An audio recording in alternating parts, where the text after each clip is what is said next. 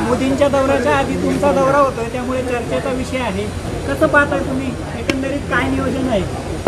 मोदी त्यांच्या कामासाठी आले असतील, आम्ही महाराष्ट्राच्या कामासाठी आलो आहे. विधानसभा निवडणुकांची तयारी सुरू आहे आणि अर्थात जळगाव किंवा बाजूचे दोन्ही जिल्हे, या जिल्ह्यामध्ये तयारी महाविकास आघाडीची, शिवसेनेची, त्याची साधारण माहिती घेण्यासाठी, कार्यकर्त्यांना भेटण्यासाठी मी आलो आहे. आता उद्यापासून प्रत्येक विधानसभा क्षेत्रामध्ये मी जाईन. काही मेळावे आहेत, काही बैठका आहेत. आज सकाळीच महाविकास आघाडीची एक बैठक झाली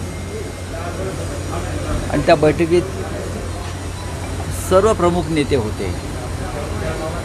आज खरं म्हणजे आम्ही जागा वाटपासंदर्भात चर्चा करणार आहोत, पण काल बदलापूरला जो प्रकार घडला, लहान मुलींवर जो अत्याचाराचा प्रकार घडला, त्यानंतर आम्ही ठरवलं की आपण महाराष्ट्रातल्या सध्याच्या स्थितीवर बोलावं.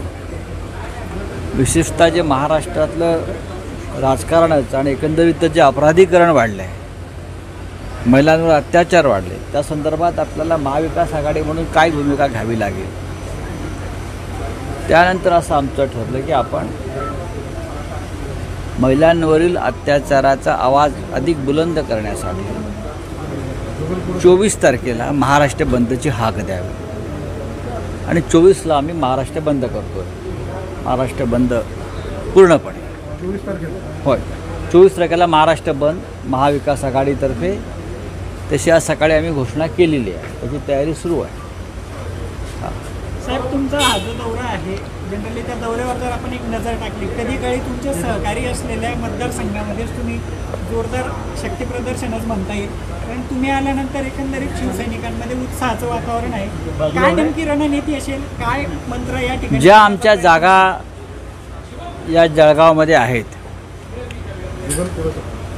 जिल्ह्यात, त्या शिवसेनेच्या जागा आहेत. जरी काही लोक बेईमान झाले असले, सोडून गेले असले, तरी त्या सर्व जागा आम्ही ताकदीनं लढवू आणि पुन्हा जिंकून आणू. हीच आमची तयारी आणि हीच आमची रणनीती. ठीक आहे. ज्या ज्या ठिकाणावर उमेदवार बंडखोरी झाली त्या ठिकाणी शिवसेनेचे उमेदवार देणार. नक्कीच, मी आता तेच सांगितलं. ज्या आमच्या जागा आहेत, जिथे 2019 साली आमचे आमदार जिंकून गेले आणि ते नंतर त्यांनी पक्षांतरं केली, त्या प्रत्येक मतदारसंघामध्ये आम्ही निवडणूक लढवू आणि जिंकू.